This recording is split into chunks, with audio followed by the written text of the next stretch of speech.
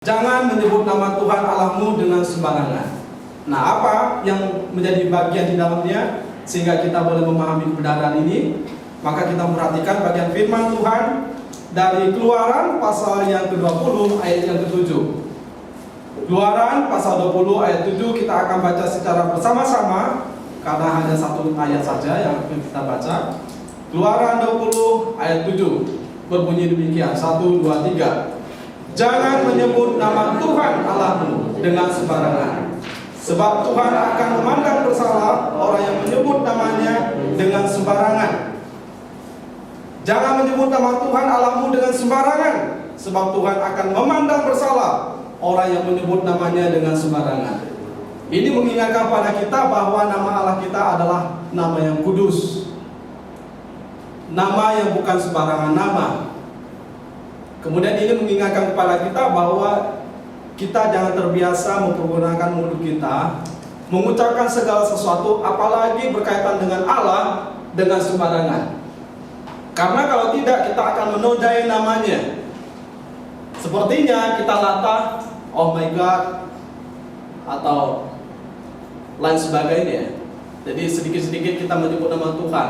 Ada yang sedikit-sedikit dari Yesus katanya, sedikit-sedikit tanya Tuhan, sedikit-sedikit ini perkataan Tuhan, atau Tuhan berbicara kepada saya.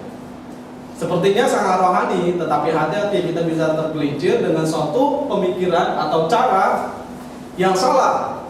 Karena nama Tuhan itu kalau kita belajar dengan sungguh-sungguh, ternyata nama yang sangat agung, nama yang sangat suci, yang tidak boleh disebutkan secara sembarangan.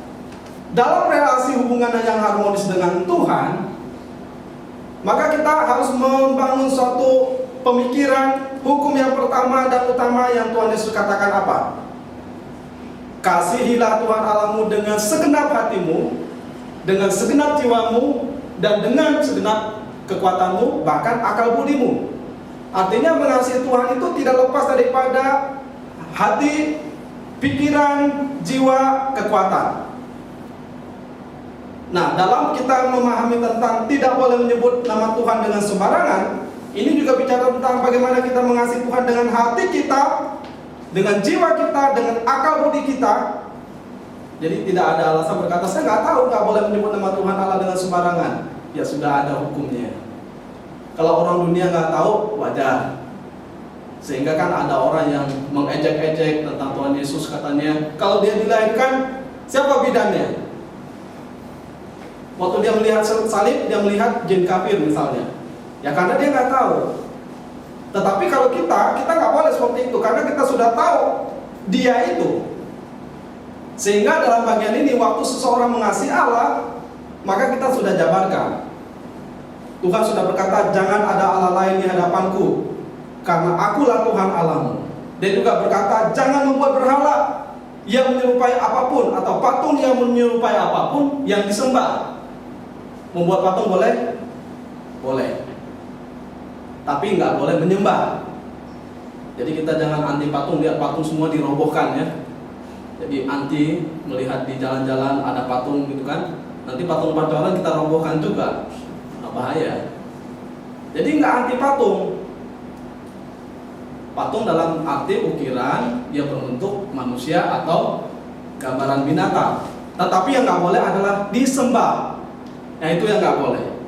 Kemudian jangan menyebut nama Tuhan Allahmu dengan sembarangan. Ini tagline yang memang kita bahas hari ini. Menyebut nama Tuhan Allah dengan sembarangan. Apa yang terkandung di dalamnya? Larangan menyebut nama Tuhan dengan sembarangan adalah larangan yang sangat serius ya. Kita nggak boleh main-main. Misalnya, kenapa Samuel menyebut Pak Martinus bukan dengan namanya, tapi dengan Bapak, Papi, Ayah, atau Papa? Padahal namanya kan bukan Papa kan, bukan Papi. Kenapa saya tidak boleh menyebut nama ayah saya langsung?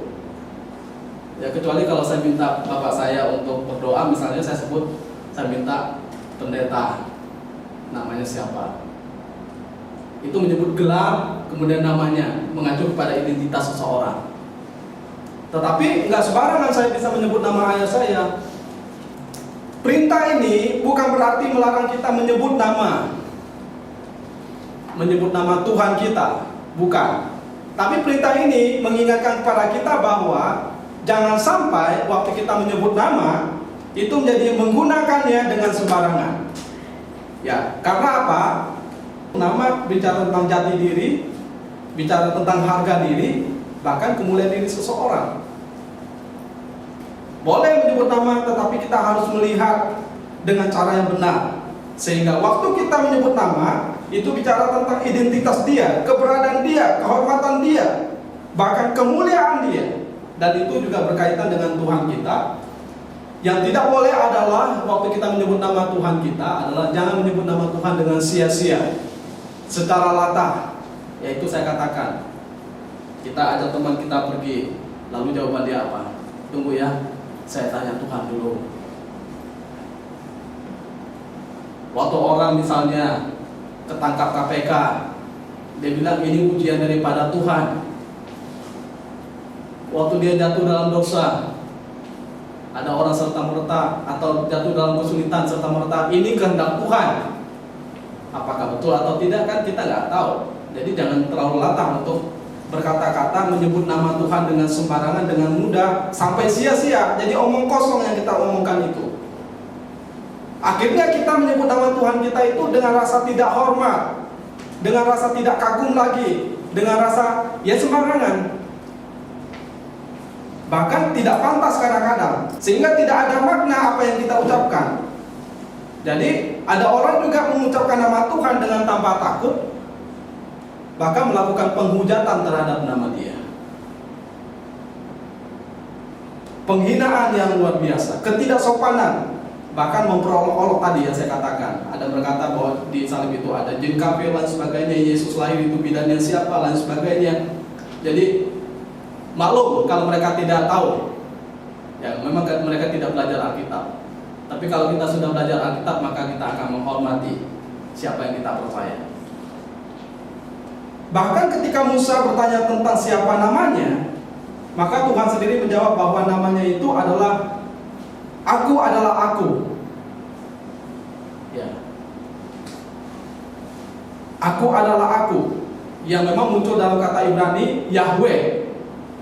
Dan orang Ibrani selalu tidak berani mengucapkan atau melafalkan huruf hidup, sehingga ditulisnya YHWH. Padahal lafal yang lengkap adalah Yahweh. Itu bicara tentang memang keberadaan dia. Sebuah frasa Ibrani yang mengartikan tentang tindakan Allah yang memang sudah dikenal oleh umatnya. Sehingga dia setelah dia mengatakan kepada Musa, Aku adalah Aku, yaitu Yahweh.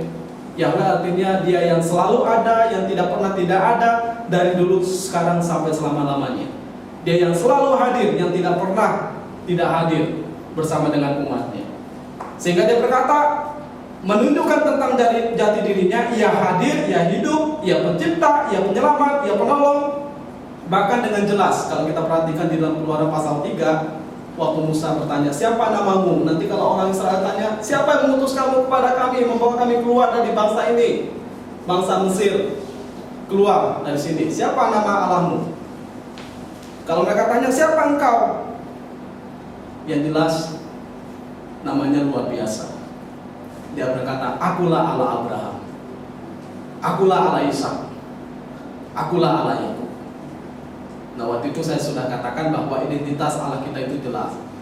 Allah yang dipercaya Abraham, Allah yang dipercaya oleh Ishak, Allah yang dipercaya oleh Yakub. Kemudian kalau orang karena agama samawi ya, jadi ada 3, Kristen, Islam, Yahudi, sama-sama mempercayai Allah. Yahudi mempercayai Allah, Kristen mempercayai Allah, Islam juga mempercayai Allah. Tetapi kemudian waktu orang Islam mempercayai Allah, turunnya bukan kepada Ishak. Dia mulai dari Abraham, tapi kemudian kepada Ismail. Jatuhnya lagi terakhir kepada Muhammad. Tapi kalau Allah kita, Allah Ishak, Allah Abraham, Ishak, Yakub, kemudian Israel, turun lagi sampai kepada Kristus. Nah, kalau orang Yahudi percaya bahwa Allah itu satu-satunya, tunggal. Jadi mereka memahami bahwa Mesias nanti akan datang yang merupakan utusan Allah. Mereka masih menunggu Mesias yang dijanjikan itu.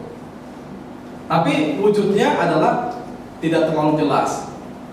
Sehingga ya memang mereka percaya kepada Allah Abraham, Allah Ishak, Allah Yakub. Tetapi kepada Kristus mereka tidak menerimanya. Itu yang membedakan kita dengan agama samawi yang lain secara khusus. Tetapi Allah sudah memperkenalkan dirinya jelas, Allah Abraham, Allah Ishak, Allah Yakub.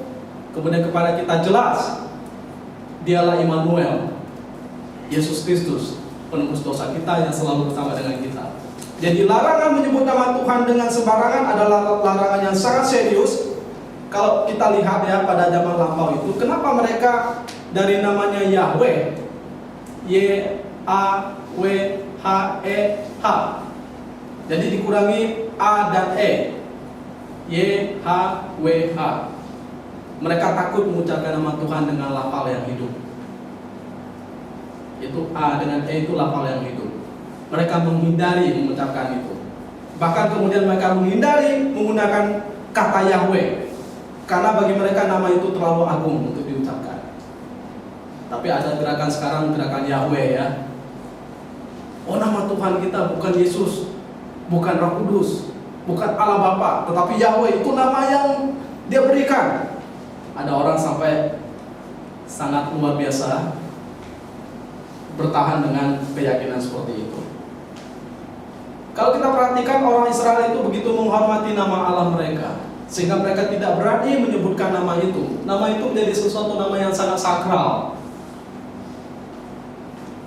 yang mereka tidak berani sembarangan mengucapkannya. Sehingga dikatakan waktu mereka menyebutkan tentang nama Yahweh, kadang-kadang mereka mengatakan Adonai atau Elohim, atau nanti ada sebutan yang lainnya. Jadi mereka nggak langsung menyebut, misalnya bapak saya itu tadi, misalnya bapaknya Samuel, Pak Martinus, nggak langsung nyebut namanya. Tapi identitasnya jelas bahwa ini yang diomongin ini adalah Pak Martinus gitu. Tapi dia berkata Papa atau bapaknya Samuel. Kalau kita manggilkan biasanya sebagai penghormatan bapaknya Samuel. Tapi orangnya sama, cuma pemanggilan kita karena kita menghargai, kita nggak langsung menyebutkan namanya. Sama seperti itu orang Israel, mereka nggak langsung menyebut nama Tuhan, tapi waktu mereka sebut nama itu identitasnya, yaitu yang mereka sebut adalah Yahweh. Sehingga yang menarik adalah waktu mereka mengucapkan nama Yahweh, mereka tadi harus membuang huruf-huruf hidup A dan E. Mereka nggak berani mengucapkan itu. Waktu mereka menulis nama Yahweh, dikatakan nama itu kan biasanya untuk penerjemahan Pentateuch, maka ada orang yang perlu menulis. Orang itu harus ganti baju, dia harus membersihkan diri terlebih dahulu, dia harus cuci tangan. Setelah menulis nama Allah baru ganti lagi, ketemu nama Allah ganti lagi. Gak bayangkan, sangat serius. Bahkan mereka biasanya waktu tintanya sudah mulai sedikit kurang, waktu menulis tentang nama Allah, mereka ambil tinta yang baru lagi, mereka menuliskan nama Yahweh. Lalu dikatakan, bukan hanya itu saja, waktu mereka melihat ada tulisan misalnya Yahweh, lalu mereka langsung ganti dengan Adonai waktu mereka baca kitab suci. Bayangkan saja, ini sama seperti misalnya saya pernah dengar ada orang waktu baca Alkitab saking takutnya ya, waktu dia baca tentang kematian langsung dia cepat-cepat lompat karena memang dia takut mati. Atau mungkin sama seperti kita, kalau dalam Alkitab itu kalimat tidak menghibur, langsung cepat-cepat kita lompat ke bagian yang menghibur. Kita nggak mau kalimat-kalimat yang misalnya bicara tentang celakalah kamu, lain sebagainya. Karena menurut kita itu mengusik hati kita. Tetapi yang menarik bahwa inilah yang luar biasa yang dilakukan oleh orang Israel. Mereka saking menghargai, menghormati nama itu, mereka berusaha untuk memperlakukan nama itu sedemikian rupa. Mereka nggak mau sembarangan, karena nama itu kudus. Memang nama itu kudus, karena nama itu adalah nama Allah kita. Ini Allah, nama Allah, bukan nama seorang pendeta Niko, bukan nama seorang Presiden Jokowi, tapi nama Allah. Nama yang begitu suci, nama yang begitu mulia, Dia yang menciptakan kita.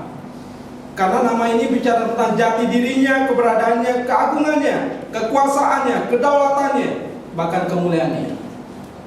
Bahkan yang membuat kita bisa mengenal Dia adalah Allah sendiri. Dan Allah sendiri membuat Dia bisa dikenal oleh kita. Misalnya kalau ada seseorang yang memperkenalkan diri kepada kita, apalagi orang itu adalah seorang yang menciptakan kita, atau orang yang kita kagumi, wah betapa senangnya kita. Apalagi ini penyelamat kita, pemberi hidup kepada kita, bahkan yang menolong hidup kita hari lepas hari. Nah, kalau kita perhatikan nama Allah itu banyak sekali. Ini lebih dari ini deretannya. Tetapi yang jelas saya mau kasih tahu bahwa nama Tuhan itu nama yang besar. Tapi Dia yang besar mau memperkenalkan diri untuk dikenal manusia. Mau sejajar, istilahnya waktu Dia mau memperkenalkan diri berarti Dia mau merendahkan diri, sehingga kita boleh menyebut namanya, kita boleh mengenal Dia. Tetapi kadang-kadang kita bisa menyebut nama Dia sesuai dengan karyanya bagi kita. Dan orang Israel cenderung menyebut nama Tuhan sesuai dengan karya yang Tuhan kerjakan. Jadi nama Tuhan itu ada maknanya, maksudnya. Jadi bukan nama yang kosong. Misalnya kalau kita nyebut si Anu, itu kan nggak ada jelasnya siapa si Anu itu kan. Itu kosong. Tapi dia jelas namanya. Kalau aku adalah aku, di dalam bahasa Ibrani, Eye Asher Eye. Jadi dia adalah aku, artinya ya aku namanya, aku pribadinya, tidak ada yang lain. Satu-satunya, tidak perlu dipertanyakan. Akulah itu, Allah Abraham, Allah Ishak, Allah Yakub. Kemudian Yahweh Jireh, Tuhan akan mencukupi. Jadi ada makna. Yahweh Makadisam, Tuhan yang menyucikan. Yahweh Nisi, Tuhan adalah panciku. Yahweh Rafa, Tuhan yang menyembuhkan. Yahweh Sebaot dikatakan, Tuhan bala tentara. Yahweh Shalom, Tuhan sumber damai. Yahweh Sama, Tuhan hadir. Jadi banyak sekali kalimat-kalimat yang menyebutkan tentang nama Allah, itu bicara tentang karya-karya Allah yang diberikan kepada umat-umatnya. Jadi waktu umatnya menyebut Tuhan engkaulah adalah Allah panjiku, maka mereka menyebut Yahweh Nisi. Dan bicara tentang sikap menghormati, mereka sebut Adonai. Dia adalah Tuhan, atau seorang raja, atau seorang junjungan Allah yang perkasa. Jadi kalau kita perhatikan bahwa menyebut nama Tuhan langsung kepada ada maknanya. Ya saya rasa semua kita dikasih nama ada maksudnya oleh orang tua kita, ada maknanya. Kenapa saya dikasih nama Nikodemus Rindin? Kenapa dikasih nama Brian? Ada maknanya. Kenapa dikasih nama Jaya? Ya mungkin supaya menjadi direktur PT Jaya. Ya kan? Ya kita nggak tahu kan impian orang tua kan. Tapi yang jelas semua nama itu mempunyai arti, sehingga nggak boleh kita main-main dengan nama. Kita bisa bayangkan waktu kita ke kelurahan, nama saya waktu dulu Nikodemus I. Tapi ada seorang bapak rohani berkata, di dalam Alkitab nggak ada Nikodemus, yang adanya Nikodemus katanya. Saya ganti dengan sendirinya. Saya bawalah ke kelurahan kan, di kelurahan, Pak, ini dengan ini kok beda ya? Ya ini waktu saya belum bertobat Pak, namanya Nikodemus. Tapi setelah bertobat Nikodemus. Oh nggak bisa gitu Pak. Kalau di akta ini harusnya di sini begini. Tapi saya bilang bagaimana jalan keluarnya? Karena nggak mungkin saya ganti lagi kan. Oh gini aja Pak, Bapak membuat surat pernyataan bahwa nama ini dan ini adalah sama. masalah satu huruf itu luar biasa juga, berhari-hari ngurusnya di kelurahan. Dia cocokkan dulu data kita benar apa tidak. Maksud saya adalah nama itu bukan sembarangan. Satu kata yang beda itu bisa orang lain. Makanya kan perlu ditegaskan itu kita apa bukan. Nah, waktu dia data-data kita, nah baru dia yakin bahwa itu kita atau bahwa itu bukan kita. Maka nama Allah juga seperti itu. Dia mempunyai makna. Sehingga contoh dari pelanggaran terhadap hukum ini adalah kalau orang dulu suka bersumpah. Nah, memang sumpah yang didengar, sumpah yang mempunyai kepercayaan, yang bisa dipercaya adalah sumpah yang punya otoritas. Jadi manusia kadang-kadang kan susah untuk dipercaya. Biasanya mereka bisa bersumpah memakai nama kaisar atau memakai dewa tersebut. Tetapi orang percaya juga bersumpah nama tertinggi nama siapa? Nama Tuhan. Makanya kan ada subur demi Tuhan gitu kan. Jadi sumpahnya itu memakai Tuhan. Karena Tuhan itu tertinggi kan otoritasnya. Sehingga waktu orang bersumpah, ya Tuhan berkata bahwa kalau orang bersumpah itu sebetulnya ya harus bersumpah yang benar. Kalau memang benar, kita mempertahankan keyakinan bahwa kita memang benar, kemudian kita menghadapi suatu sengketa, suatu perilaku yang tidak benar, kemudian kita bersumpah, atau misalnya masuk dalam jabatan tertentu kita harus bersumpah. Ya memang apa yang saya sumpahkan itu benar saya lakukan, bukan sumpah palsu. Yang menyatakan bahwa bila benar maka Tuhanlah saksinya bahwa saya memang benar. Tapi kalau memang saya salah, ya Tuhan juga hakimnya. Sehingga dalam bagian ini, waktu orang bersumpah sebetulnya dia ingin berkata, kamu nggak percaya sama saya ya? Ya udah kita sumpah deh. Karena Tuhan Maha Adil, Tuhan Maha melihat, Tuhan Maha tahu, Tuhan Maha menghakimi, dan sebagainya. Jadi seakan-akan dia ingin, ya kamu percayalah sama saya. Kan ada Tuhan yang mengadili kita nanti kalau memang saya salah. Nah sehingga nama Tuhan itu waktu bersumpah seakan-akan digunakan sebagai klaim yang memiliki otoritas tertinggi, yang menyatakan sikap bahwa apa yang saya ucapkan, apa yang saya katakan itu dapat dipercaya. Bahwa saya tidak memakai nama Tuhan dengan sembarangan. Bahwa apa yang saya ucapkan itu ada dukungan yang mempunyai otoritas tertinggi. Nah, sehingga zaman lampau itu orang berkata atau berjanji bersumpah itu karena apa namanya? Karena mereka tahu bahwa mereka yakini itu benar. Tapi waktu mereka tahu mereka salah, mereka juga tahu risikonya. Maka Tuhan Yesus berkata, kalau misalnya kita bersumpah, maka janganlah bersumpah palsu. Bahkan dilarang bersumpah demi langit, demi bumi, demi Yerusalem, demi kepalamu. Karena langit ciptaan Tuhan, bumi ciptaan Tuhan, Yerusalem ciptaan Tuhan, kepala kita ciptaan Tuhan. Kadang-kadang kan kita bilang, ya kita sumpah deh. Kalau misalnya saya melanggar, anak saya yang ini kan tak apa, atau rumah saya mengalami yang namanya musibah dan sebagainya. Jadi orang dengan gampangnya demi ini, padahal sumpahnya nggak bisa dipertanggungjawabkan. Jadi jangan bersumpah. Kalau iya katakan ya, kalau tidak katakan tidak. Ya lebih baik seperti itu kan. Dalam bagian ini bukan melarang sumpah, tapi melarangnya adalah jangan kamu sumpah palsu. Memakai nama Tuhan demi membenarkan kebohongan kita. Memakai nama Tuhan demi meyakinkan orang bahwa kita ini orang baik, orang benar, orang bisa dipercaya. Itu yang tidak boleh. Tapi kalau bersumpah memang itu suatu kebenaran, ya tidak apa-apa. Tapi sebaiknya adalah kalau bisa jangan. Kalau iya katakan ya, kalau memang tidak ya katakan tidak.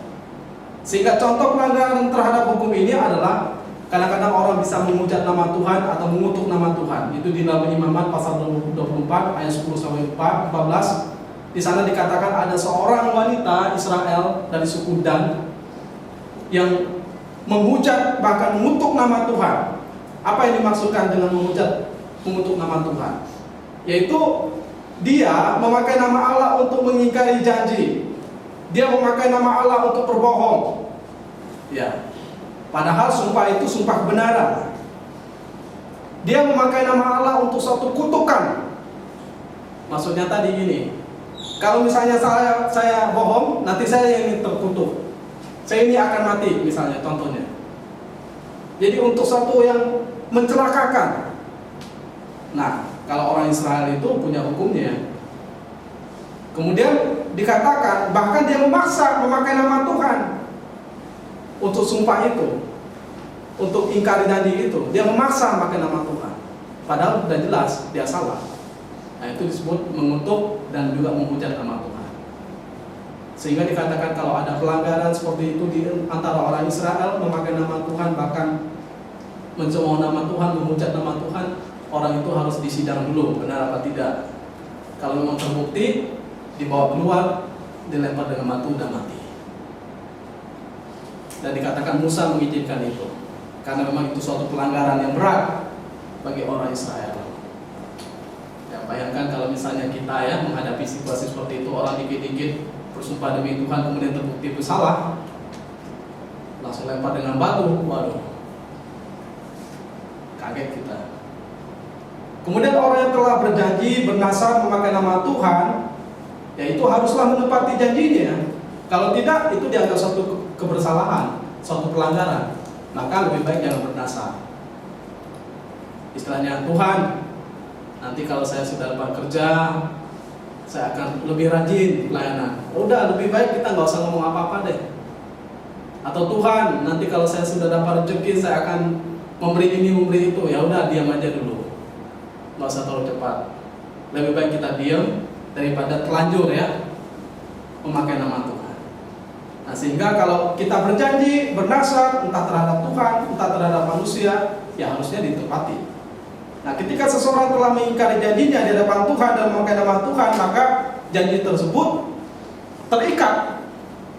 Baik janji untuk percaya kepada Tuhan, misalnya kita berjanji, Tuhan saya akan percaya mengikuti Tuhan seumur hidup saya, atau berjanji untuk melayani Dia terus-menerus secara penuh di dalam hidup saya, atau berjanji di hadapan Tuhan dalam perjanjian nikah misalnya, ya kita tidak boleh mengingkarinya, karena di hadapan Tuhan itu sudah sesuatu yang serius. Maka berjanji untuk komitmen dalam pelayanan itu juga sesuatu yang sangat serius yang memang kita tidak boleh ingkari. Sehingga ada seorang yang membuat suatu kalimat yang sangat indah. Ya kalau kita sudah berjanji di situ, apalagi berjanji untuk Tuhan, ya jalankan meskipun suatu pergumulan tidak mudah. Ya kita tetap jalan. Misalnya tadi ada gitar, kita pakai gitar. Ya memang ada usulan segera beli keyboard. Saya bilang nanti di awal Juli kita akan beli keyboard supaya kita sama-sama bergumul untuk penyediaan keyboard. Kemarin kita ya ini sedang usahakan dana untuk aset gereja. Kita usahakan keyboard, kita usahakan laptop, kita usahakan kamera. Ya ternyata kamera, mertua saya bilang lebih baik Pak Niko latihan-latihan khotbah juga di rumah, bisa di-share-kan kepada orang dan juga dibagikan kepada keluarga. Jadi mertua saya memberikan dukungan. Saya lihat bahwa ya kalau kita jalan, ya Tuhan juga akan tolong. Jadi tidak ada cara yang terlalu luar biasa bagi Tuhan. Tuhan bisa melakukan semuanya dengan caranya. Ya bagi saya kita nyanyi vokal grup di sini juga bagus, tanpa gitar misalnya, ya kan? Bukan sesuatu yang masalah.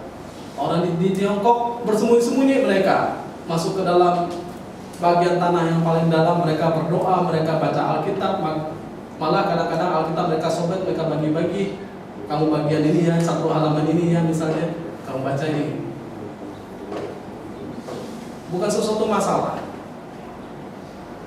Yang penting terikatlah hati kita pada Tuhan. Sehingga saya tidak mau terganggu dengan hal-hal seperti ini. Ada laptop kita pakai, ada kamera kita pakai, ada gitar kita pakai, ada keyboard kita pakai. Nggak ada ya, kita pakai yang ada. Ya kan?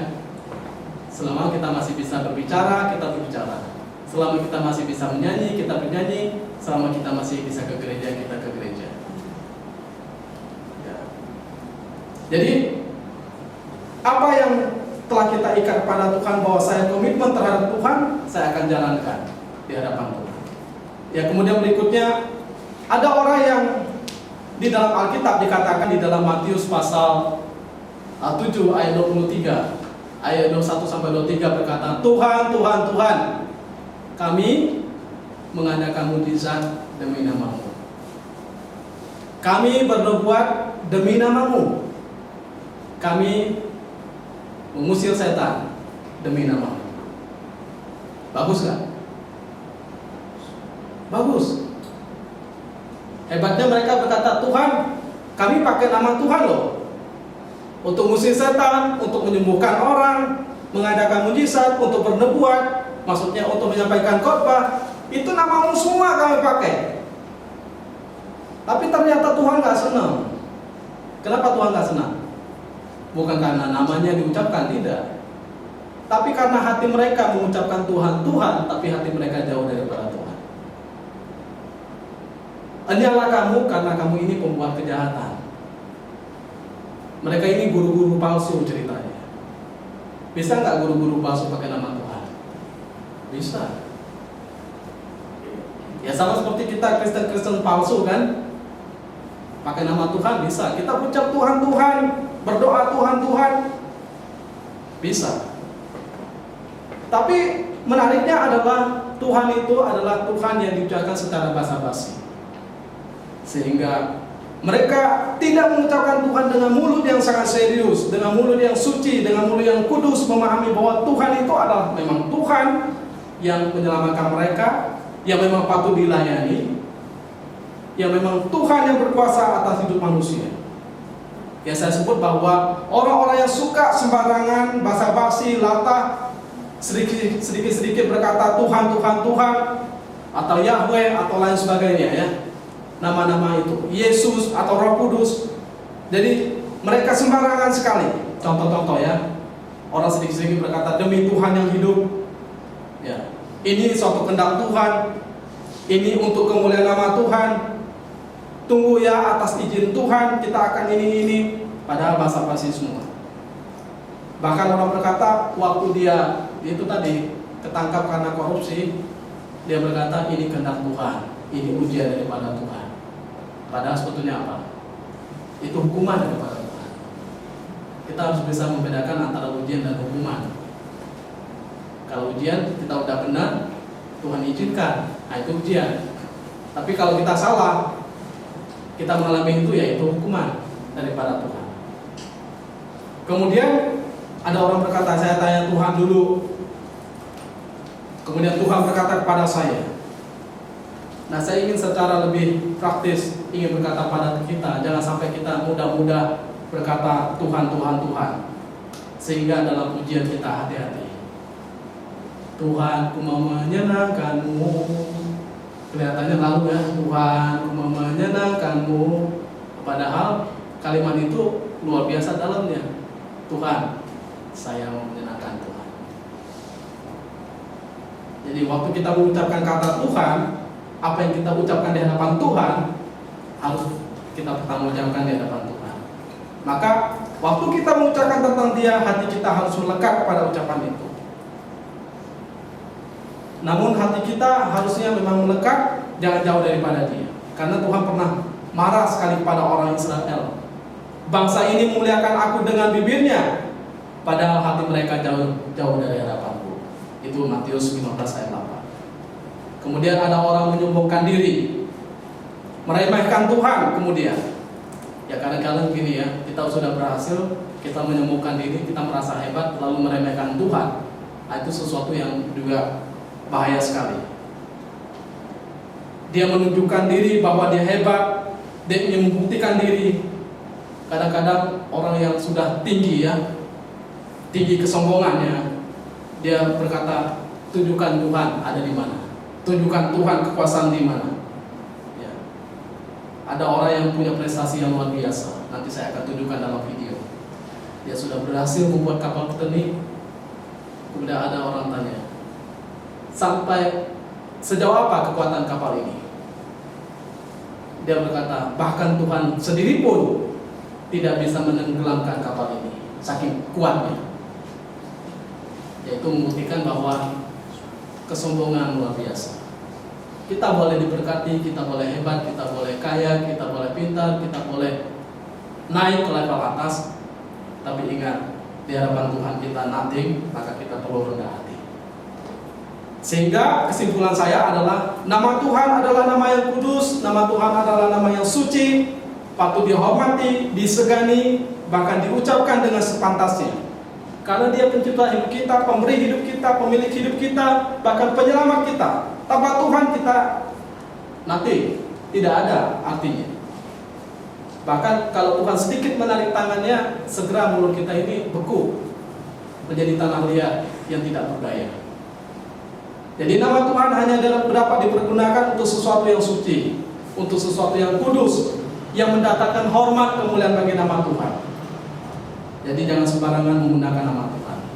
Menyalahgunakan nama Tuhan dalam ikatan janji, sumpah, nazar adalah sesuatu pelanggaran yang melanggar kekudusan Tuhan, yang tidak berkenan di hadapan Tuhan. Maka menyebut nama Tuhan adalah perlu sungguh-sungguh. Kita tidak boleh sembarangan. Kita tidak boleh mengutuk, kita tidak boleh menghina, kita tidak boleh memucat, kita tidak boleh mempermainkan Dia. Ini dilarang keras. Kalau orang Israel saja melakukan hal itu dalam suatu pelanggaran, mereka dihukum mati. Apakah sekarang kita tidak mengalaminya? Dan kita pikir kita bisa lolos dari hadapan Tuhan. Kadang-kadang kita pikir bercanda ya. Nanti saya tunjukkan video, ada orang bercanda bahwa mereka lebih hebat daripada Tuhan. Akhirnya dipukul Tuhan, mati juga. Dan memang Galatia 6 ayat 7 berkata, jangan sesat, Allah tidak membiarkan dirinya dipermainkan, karena apa yang ditabur orang itu juga yang akan dituainya. Jadi nama Allah kita nama yang suci. Siapa yang bermain-main dengan nama Tuhan berarti memainkan Tuhan, mempermainkan Tuhan. Ya, berikut kita akan memperhatikan video. Saya ambil dari YouTube. Ini orang-orang yang mengalami suatu musibah, bahkan hukuman karena mereka mempermainkan nama Tuhan dengan sembarangan. Mulutmu adalah harimaumu. Itulah bunyi sebuah peribahasa terkenal yang bermakna agar seseorang berhati-hati dalam berbicara. Karena ucapan tersebut, bencana bisa berbalik mencelakakan diri sendiri. Hal tersebut ternyata dialami oleh beberapa orang berikut ini, dan kebanyakan adalah orang terkenal.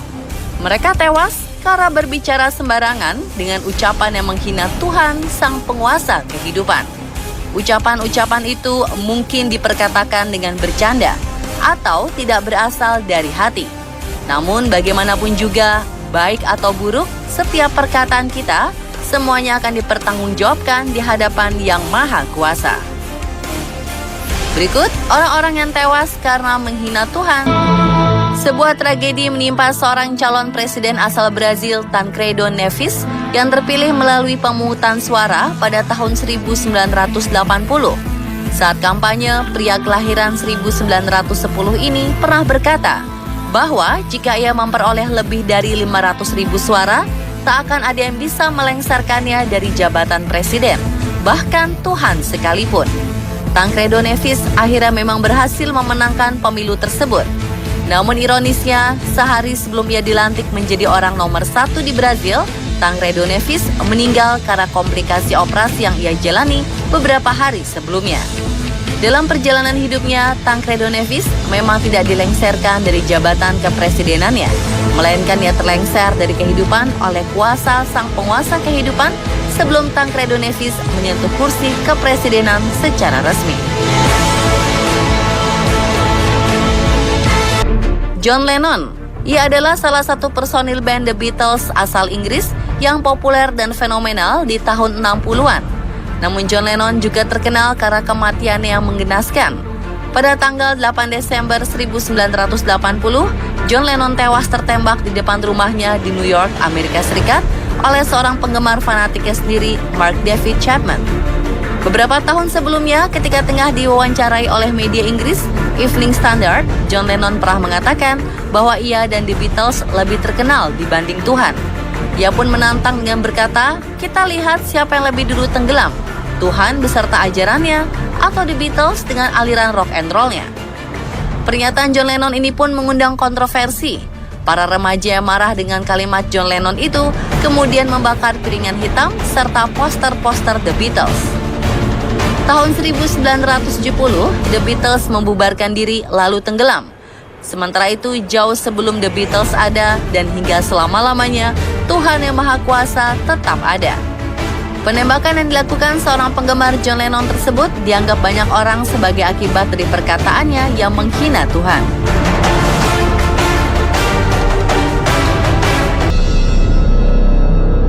Siapa yang tidak kenal Titanic? Salah satu kapal terbesar di dunia yang pernah ada, yang terkenal karena kecanggihannya pada zamannya. Dan Titanic juga terkenal karena berakhir dengan tragis. Kapal tersebut merupakan mahakarya Thomas Andrew, seorang arsitek terkenal yang sangat detail dan perfeksionis dalam berkarya. Ketika pembangunan Titanic selesai, seorang reporter pernah bertanya pada Thomas Andrew, seberapa amankah kapal ini untuk berlayar di Samudra Atlantik? Dengan sombong, Thomas Andrew menjawab, bahkan Tuhan pun tak bisa menenggelamkannya. Pada tanggal 10 April 1912, untuk pertama kali kapal Titanic berlayar menuju Amerika Serikat dari Eropa. Namun 4 hari kemudian tak disangka-sangka, kapal mewah ciptaan Thomas Andrew tersebut menabrak gunung es yang merupakan ciptaan Tuhan Yang Maha Kuasa. Lambung kapal itu robek hingga akhirnya tenggelam di Samudra Atlantik Utara.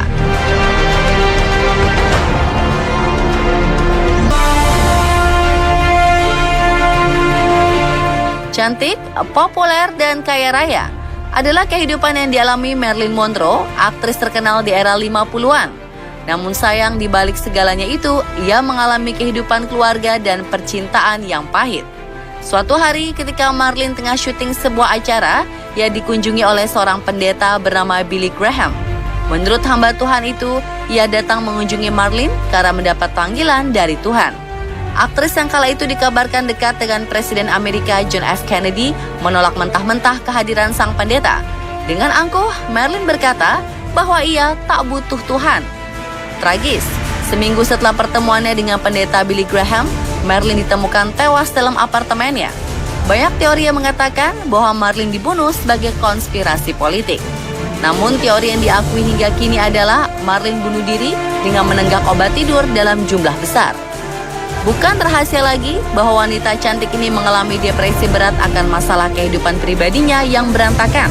Padahal sebenarnya di saat tertekan itulah Marilyn Monroe membutuhkan Tuhan untuk menolongnya.